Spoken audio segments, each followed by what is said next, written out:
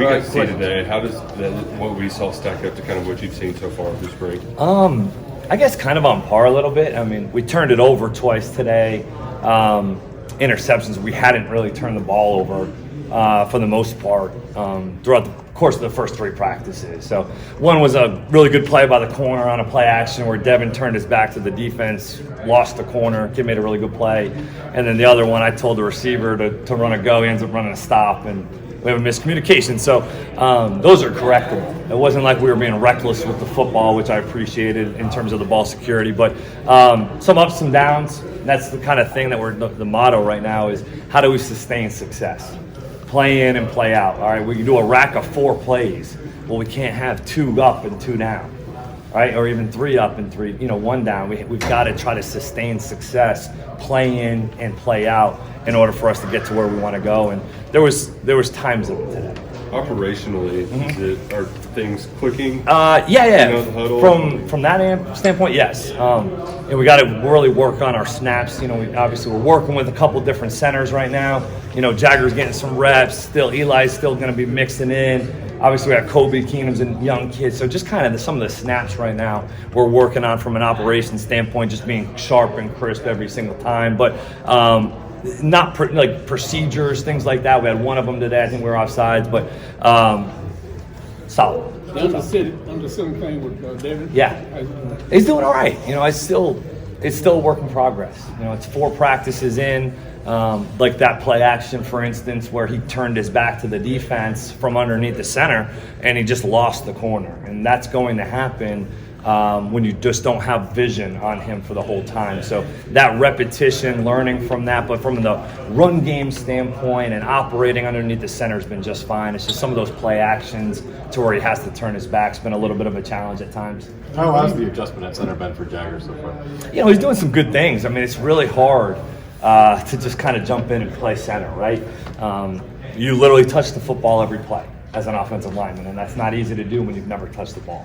So just snapping, the cadence, timing it up, and then having to go block and work your responsibility, that's not easy to do. So we're just trying to get some more bodies that can truly snap and just evaluate different positions, right? That's not set in stone for us right now. It's just a matter of, hey, how can we continue to develop depth at the center position while also knowing both Eli and Jagger can both play guard as well. Is the communication point with that with Jagger, is that something you're putting on him, or is it like Eli and Kenneth, since they've been here so long, helping him out with that? That's the goal, is to have them help him. For the first 3 practices, they kind of just let him go a little bit. I say, hey guys, let's help the kid out a little bit. All right, the goal is for us to all be on the same page, and it wasn't like it was they were leaving him out to dry, or they're just trying to get somebody that they want to let the center ultimately be the communicator, right? So I think they did a better job of helping him out a little bit today, and that was the goal. Is all right, hey, if Jagger's our center, which that's not the case for sure right now, we just want to make sure we get some guys doing it and see what some of those roster and lineup changes look like. They do need the help because they've done it before.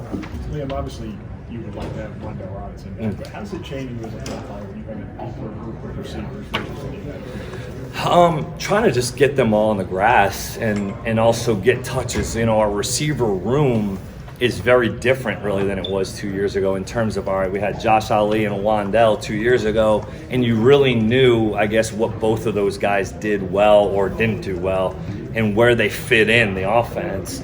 And trying to gear concepts towards them, or Barryon Dane, Tavion DeKell, those guys are all a little bit different than them. So trying to just find out right now, as we learn the offense, I'm learning about them and trying to learn to see what they do well, what they, we need to work on, but also trying to see, all right, well, who fits on some of the routes that Wandell ran, who fits some of the routes that Josh ran and had success with, and trying to piece those things together. But sorry guys.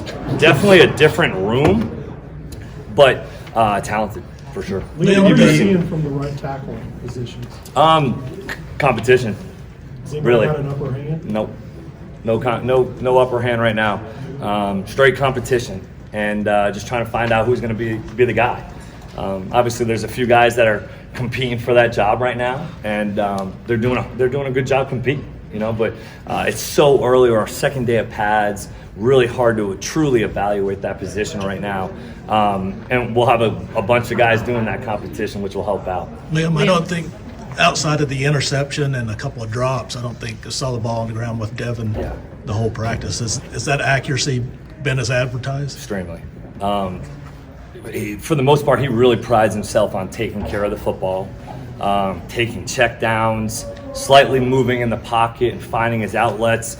He does a nice job of playing on schedule, playing on time. He understands the rhythm. He understands the pocket. He does a great job. I overcoached him on one.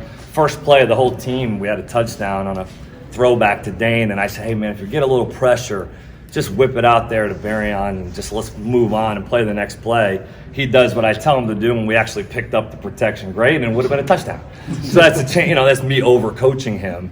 And I should just let him play because he really does a nice job of kind of playing within the rhythm and timing of the play. Liam, when you first got here, you talked about how the offense should be different because of what you've picked up and new personnel. When the fans take a look at this team, is there anything particularly you might notice in that regard? I don't know. Right now it's hard to really see, I guess, who we're truly going to be without Brendan Bates, Dingle, Caddis, those guys. So it's really hard for us to see. What's nice about those guys being out right now is our receivers are getting a ton of reps because we're having to play in some more 11 personnel versus being a little bit more 12, which I think we relied on pretty heavily in 21. That's probably the only difference, I guess, right now. I think if you look at us in the fall, probably 11 personnel, 12 personnel team, similar. It's going to look, I got to believe, pretty similar to 2021 to the fans. But in terms of who the offense has run through, right? 2 years ago, the offense ran through Chris Rodriguez, Wandell Robinson, and our quarterback. And I can't say if that's the case right now. I have no idea. Liam, you brought up the shorthanded in the tight end room, but it's giving obviously some younger guys and some different guys a chance at snaps right now. What have you seen from the guys who have been able to play so far? Yeah, Isaiah Cummings just coming along, right? I mean, obviously he was a big part of our offense in 2021. He was really coming along towards the end of that season, and now we got him into that same role that he was in. We're trying to drop a little bit of pounds off of him because he gained some weight in order to truly kind of play more tight end last year. So we're trying to shed some pounds off of him, get him back playing fast to where he was. And then I like Kamari Anderson as a young kid. He's got some tools. He's got some really good-looking kid out there in terms of his size. He doesn't look like a kid that should be a senior in high school still right now. So excited about his development and growth, and then really excited to see some of those other guys get back on the grass. Liam, you talked about Anderson there. Is there any other young guys that have kind of surprised you? Last year, Dane Key was a huge name that came around here. Honestly, right now, I think a lot of those guys are just trying to learn. It's really hard for freshmen right now to truly shine. Their heads are just like this, and I think that you see some good things out of some of those younger players, but it's hard to just say, all right, yeah, I can really envision this kid being a stud. That's hard to say right now, and honestly, with some of those freshmen, we really want them to come along, but they've got to earn it a little bit first before we really kind of see some of the things that we're talking about out of the Dane Keys of the world and things like that. Okay, the first top receivers, Barry and Dane. Yeah. Hey, man, to a certain extent what they're going to bring. What can DeKel bring the offense, and what have you seen from him so far, and what do you want to see from him moving forward? Yeah, DeKel, last week in one of our practices, took a 10-yard out and went 70 to the house. He made the corner kind of slipped, and he took it to the house. He has long speed, which is something that obviously Barron has some speed. Dane's more of a jump ball kind of guy, can work the intermediates. DeKel hopefully can give us some top shelf things and be able to push the ball down the field. DeKel, went down to Florida over the spring break and was working with some really good football players around the National Football League and college landscape. So I think he's taking football really seriously right now, and I'm excited to see some of the improvements that he makes throughout this spring to be able to give us a role on this offense. Okay, folks, thank you very much, guys. Thank you, guys.